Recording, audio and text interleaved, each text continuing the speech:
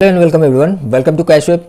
चलिए देखते हैं मार्केट को एक बार कि मार्केट में आज में क्या हुआ, कैसा परफॉर्मेंस था एंड कल के लिए भी एनालाइज करेंगे कल हम क्या कर सकते हैं निफ्टी एंड बैंक निफ्टी में। सो ज़्यादा टाइम नहीं लेंगे, हम चार्ट पर चलते हैं और निफ्टी से स्टार्ट करते हैं। सो गाइस, कल के दिन मैंने आपको निफ्टी का एक रेंज बताया था जो कि था 24,830 से लेकर 24,808 का, और मैंने आपको बताया था कि प्राइस अगर इसके ऊपर है तो ये पॉजिटिव जोन पर है, हम लॉन्ग के लिए देख सकते हैं। अगर प्राइस रिट्रेस करके नीचे आकर यहाँ पर सपोर्ट बिल्ड करता है तो हम डेफिनेटली लॉन्ग के लिए जाने की कोशिश कर सकते हैं। बट आज के दिन प्राइस ओपन होने के बाद रिट्रेस नहीं किया, लास्ट इस जगह से जो एक ट्रेंड स्टार्ट किया था उसको ही कंटिन्यू करते ऊपर चला गया। एंड ऊपर का लेवल पर जो मैंने रेजिस्टेंस बताया था आपको वो था 25,027 से लेकर 25,000 का, कि यहाँ पर जाकर इसको रुकावट मिल सकता है। बट ऐसा कुछ आज देखने के लिए नहीं मिला। यहाँ पर जाकर थोड़ा सा रुकने की कोशिश किया था, बट कुछ खास ऐसा हम नहीं कह सकते इसको देखकर कि प्राइस यहाँ पर रुका है। ये थोड़ा सा रिट्रेस करके फिर ब्रेकआउट करके ऊपर चला गया। और अभी जहाँ पर प्राइस रुका हुआ है एक इम्पॉर्टेंट जोन है जो कि 25,142 से लेकर 25,096 का एक रेंज है जिसको हिट करके नीचे क्लोज किया हुआ है। सो कल के दिन अगर प्राइस इसी रेंज के नीचे ओपन होकर इसी रेंज को रिजेक्ट करता है, यानी कि आज का जो भी हाई है इस हाई के बाहर जाकर प्राइस रिजेक्ट करता है, तो फिर हम डाउन सेट के लिए प्लान करके चल सकते हैं। लेकिन कंफर्मेशन मिलना चाहिए कि ये रिजेक्ट हो रहा है। ऊपर जाकर फिर ब्रेक इन साइड होकर अगर नीचे कंफर्मेशन आता है तो हम डाउन सेट के लिए प्लान करके चल सकते हैं। और अगर मान लेते हैं कि यह ओपन होने के बाद हाई की तरफ नहीं जाता है और यहाँ पर जो एक लाइन देख रहे हो जो कि लगभग 25,027 का ही है, इसके नीचे आ जाता है, इसके नीचे आकर क्लोज करके सस्टेन हो जाता है, तब भी हम प्लान कर सकते हैं डाउन साइड के लिए। मे बी प्राइस कुछ इस तरीके से आने की कोशिश करे। अब मैं क्यों बोल रहा हूँ, क्योंकि निफ्टी ऑलरेडी 2-3 दिनों से कंटिन्यूसली ये हायर हाई बनाते ऊपर जा रहा है, तो थोड़ा सा रिट्रेसमेंट चाहिए, रिट्रेसमेंट होना जरूरी है, तभी जाकर इसको एक स्ट्रेंथ मिलेगा फिर से एक नया हाई बनाने के लिए, राइट।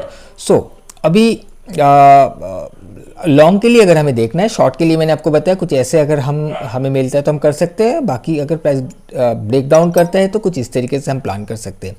लॉन्ग के लिए अगर देखना है तो सबसे पहला कि हमें इस जोन का ब्रेकआउट चाहिए, इसके ऊपर प्राइस सस्टेन करना चाहिए। अब सस्टेन करने के बाद प्राइस रिट्रेस करके भी जा सकता है, हो सकता है इसी जगह पर सपोर्ट बिल्ड करके भी चला जाए, तो लॉन्ग के लिए हम कुछ इस तरीके से देख सकते हैं। और अगर निफ्टी ओपन होते ही मान लेते कि गैप डाउन ओपन हुआ, ओपन होते ही प्राइस नीचे आ जाता है, एक तरफा गिर के नीचे आता है, या गैप डाउन इतना बड़ा गैप डाउन खैर ये एक्सपेक्ट नहीं कर रहे कि यहाँ से कहीं यहाँ गैप डाउन हो जाए, बट ठीक है, यहाँ कहीं ओपन होकर अगर सिमिलरली गिरता हुआ आता है और यहाँ पर आकर रुक जाता है, यहाँ पर सपोर्ट बिल्ड करता है, तब हम लॉन्ग के लिए देख सकते हैं, जो कि काफ़ी सही रहेगा क्योंकि हमें लोअर लेवल पर मिल जाएगा। ओके, सो ये है निफ्टी का प्लान कल के लिए।